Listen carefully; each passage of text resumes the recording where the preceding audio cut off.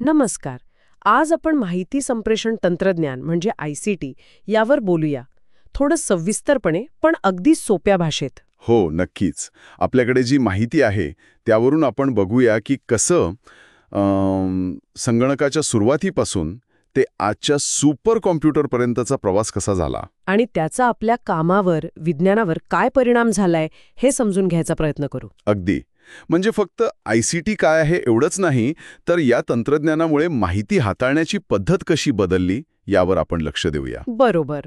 सुरुवातीचे संगणक घ्या ना, ENIAC वगैरे, ते तर प्रचंड मोठे होते. वॉल्स वापरायचे त्यात. हो ना, कल्पनाच करवत नाही. एका खोली एवढा संगणक आणि वीज किती लागायची त्यांना. आणि गरम होऊन बंद पडायचे सारखे. आजच्या मोबाईलच्या चिप्स बघितल्या तर विश्वास बसणार नाही. खरंच. या प्रवासात मग हार्डवेअर आणि सॉफ्टवेअर कसं विकसित झालं, कारण बरेच जण यात गोंधळतात अजूनही.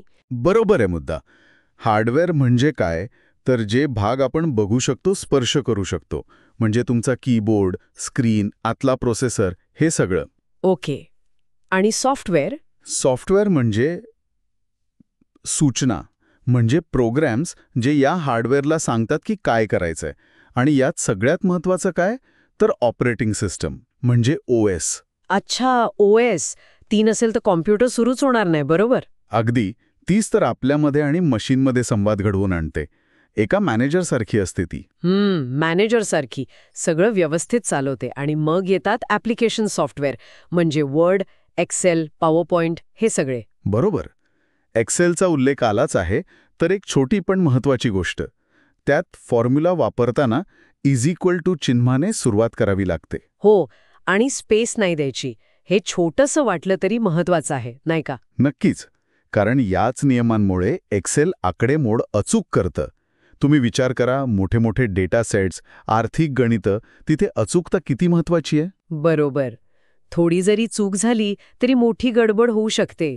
म्हणूनच एक्सेलने ऑफिसमधल्या कामाची पद्धतच बदलून टाकली खरं तर. अजूनही खूप पॉवरफुल आहे ते संख्यात्मक विश्लेषणासाठी. आणि या सगळ्या प्रगतीचा विज्ञानावर काय परिणाम झाला?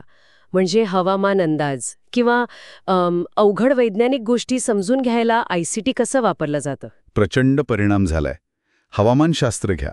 अब्जावधी डेटा पॉइंट्स गोळा केले जातात. त्यावर प्रक्रिया होते. आणि मग आपल्याला काही दिवसांचा अंदाज मिळतो. अगदी. पूर्वी हे शक्यच नव्हतं इतक्या लवकर. तसंच सिम्युलेशन म्हणजे अनेक प्रयोग जे प्रत्यक्षात करणं धोकादायक किंवा खूप महागडं असतं, ते आता कॉम्प्युटरवर करून बघता येतात. बरोबर. वेळ वाचतो, पैसा वाचतो. त्यामुळे काय झालं की संगणकीय क्षमता वाढली तशी विज्ञानाची झेपही मोठी झाली. आणि याच संदर्भात आपल्याकडे भारताच्या सुपर कॉम्प्युटर परमचा उल्लेख आहे. पुण्यातील CDAC आणि डॉक्टर विजय भटकर यांचं नाव आहे त्यात. हो, ही तर खूप अभिमानाची गोष्ट आहे आपल्यासाठी. डॉक्टर भटकर यांच्या नेतृत्वाखाली CDACने परम सुपर कॉम्प्युटर बनवला.